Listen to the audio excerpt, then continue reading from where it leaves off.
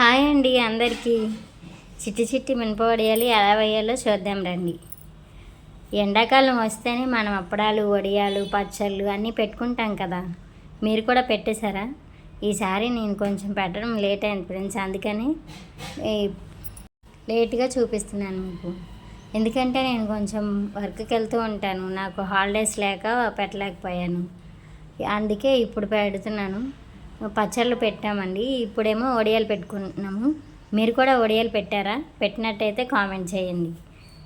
మినపొడియాలు ఎలా పెట్టాలంటే ముందుగా కొంచెం పప్పు నైటే నానబెట్టుకోవాలి. నానబెట్టుకున్న పప్పును పొద్దున్నే లేచి శుభ్రంగా కడుక్కొని దాన్ని రుబ్బుకొని చిన్న చిన్న వడియాల్లో పెట్టుకోవాలి. ఇవి ఏంటంటే మనకి కూరగాయలు లేని టైంలో చక్కగా కూర వండుకోవటానికి ఉపయోగపడతాయి.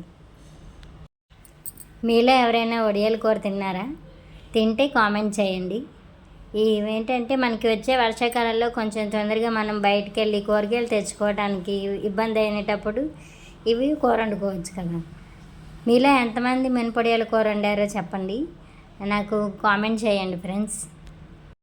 చూశారు కదా, పప్పు అలా చిన్న చిన్న వడియాలుగా పెట్టుకోవాలి. మేము పొద్దున్నే 5ంటికి స్టార్ట్ చేసాం ఫ్రెండ్స్. అది కొంచెం తొందరగా వేద్దాం అనుకున్నాము. ఈలోపు కరెంట్ పోయేసరికి మేము వేసేటప్పటికి 11 అయిపోయింది. మీరు మట్టిగా అలా చేయకండి, కొంచెం తొందరగా ఇంకా ముందు లెగిసి పెట్టుకోవటానికి ట్రై చేయండి. చూశారు కదా ఎలా వచ్చాయో. ఇవి ఎండటానికి ఒక 2 రోజులు టైం పడుతుంది. తర్వాత కూర వండుకోవటానికి చాలా బాగుంటాయి. అదిగోండి, మేము పెట్టినప్పటికీ అలా వచ్చాయన్నమాట.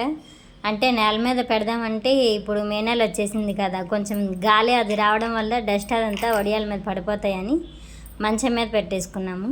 ఇంకా ముందు ఏప్రిల్, మార్చ్ ఆ టైంలో పెట్టుకుంటే నీట్గా చక్కగా వచ్చాయి. అదిగోండి ఫ్రెండ్స్, 2 రోజులు అయిన తర్వాత ఇట్లా వచ్చాయి వడియాలు చూడండి.